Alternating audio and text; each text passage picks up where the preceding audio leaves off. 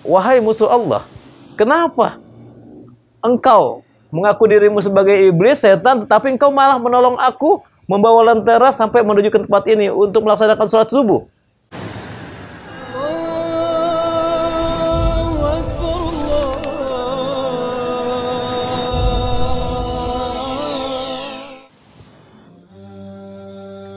Assalamualaikum warahmatullahi wabarakatuh. Alhamdulillahillazi an'amana binikmatil iman wal islam. Assalatu wassalamu ala asyrafil anam wa ala alihi wa ashabihil kiram, amma ba'du.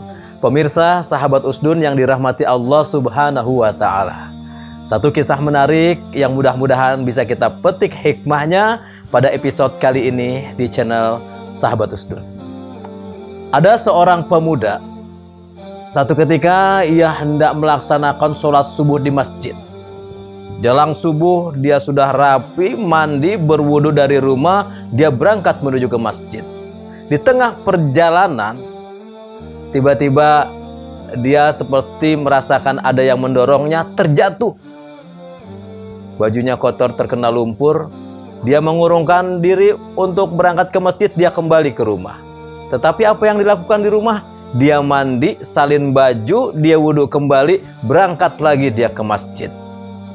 Sampai di tempat yang sama, tiba-tiba ia merasakan ada yang mendorong, tergelincir, jatuh lagi dia. Bajunya kembali kotor. Dia urungkan niatnya ke masjid, dia kembali ke rumah. Tetapi dia tidak sholat di rumah. Dia mandi, bersih-bersih, dia salin baju, dia wudhu, berangkatlah lagi. Dia ke masjid melewati jalur yang sama.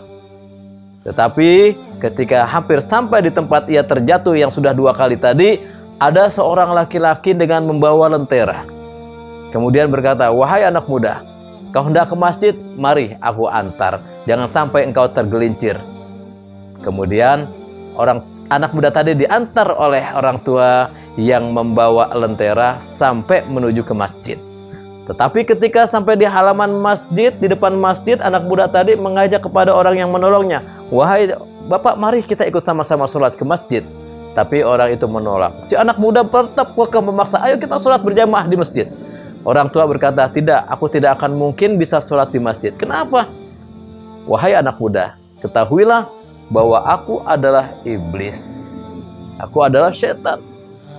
Begitu mendengar pengakuan bahwa yang menolongnya ternyata adalah setan, ini anak muda bingung.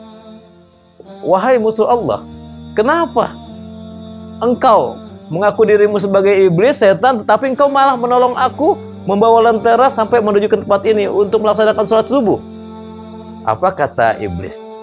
"Wahai anak muda, ketahuilah bahwa engkau tadi 2 kali terjatuh, itu aku penyebabnya.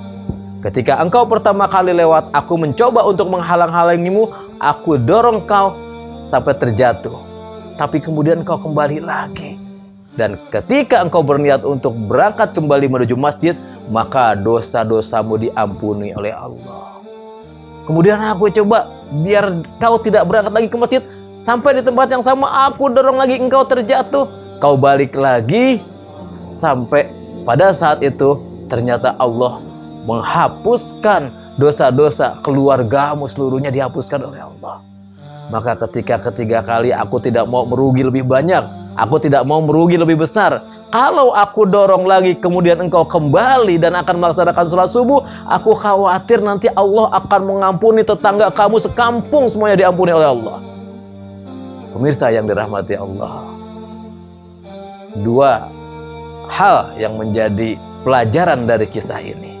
Yang pertama, bahwasanya setiap kita akan melakukan satu kebaikan, maka ingatlah di situ ada musuh Allah, iblis laknatullah alaih, yang akan mencoba menggoda dan menghalang-halangi kita agar kita tidak melakukan kebaikan itu.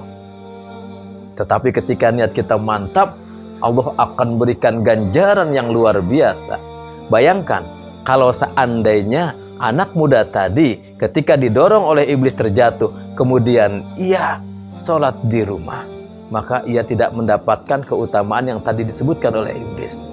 Yang kedua, pelajaran yang bisa kita ambil bahwasanya sholat berjamaah di masjid ini merupakan suatu amalan yang luar biasa fadilahnya, keutamaannya, ganjaran yang Allah berikan sungguh luar biasa. Salat berjamaah kata Rasulullah, as-salatul jamaah afdalu min salatil fardhi bi sab'i wa isrina darajat. Salat berjamaah ini lebih baik nilainya dibandingkan salat sendiri, 27 derajat. Pemirsa yang dirahmati Allah Subhanahu wa taala, mudah-mudahan kisah ini dapat menginspirasi diri kita bahwasanya ingat, setiap kebaikan yang akan kita niatkan, kita lakukan, ada iblis yang menggodanya. Jangan kita mundur, jangan kita surut, maju terus. Yang kedua, mudah-mudahan kita ambil pelajaran bahwasanya yuk kita biasakan diri untuk berjamaah sholat di masjid. Demikian, wallahul muwafiq ila aqwamit thoriq. Assalamualaikum warahmatullahi wabarakatuh.